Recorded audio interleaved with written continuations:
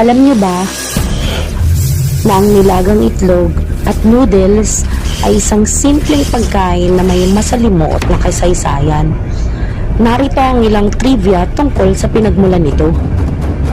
Ang noodles ay nagmula sa China, mga 4,000 taon na ang nakalilipas. Ang mga sinaunang Tsino ay gumagamit ng mga noodles na gawa sa bigas, trigo at iba pang mga butil.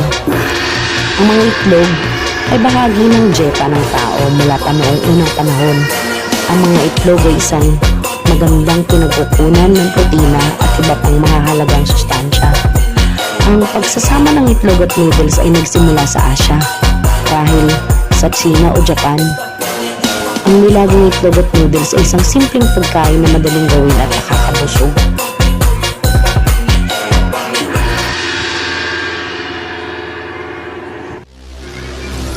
Ang nilagang itlog at noodles ay dumating sa Pilipinas sa pamamagitan ng mga mangangalakal at kolonyalismo. Ang pagkain na ito ay naging popular sa Pilipinas dahil sa murang presyo at kadalian sa pagluluto.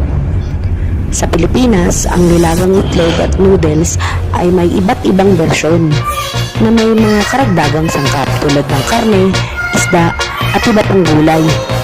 Ang nilagang itlog at noodles ay isang masarap na pagkain na mayaman sa kasaysayan at kultura. Ito ay isang patunay na ang simpleng pagkain ay maaaring magkaroon ng malaking epekto sa ating buhay.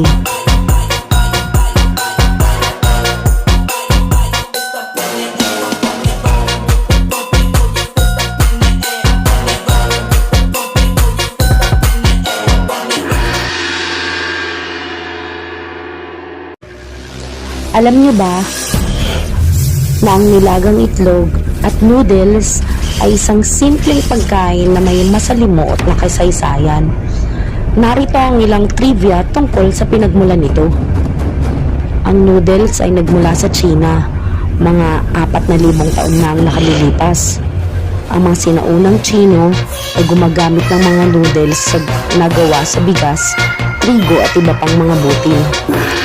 Ang mga itlog ay bahagi ng dieta ng tao mula pa noong unang panahon. Ang mga itlog ay isang magandang pinagkukunan ng protina at iba pang mahahalagang sustansya. Ang pagsasama ng itlog at noodles ay nagsimula sa Asia, dahil sa China o Japan. Ang nilagang itlog at noodles ay isang simpleng pagkain na madaling gawin at nakakabusog.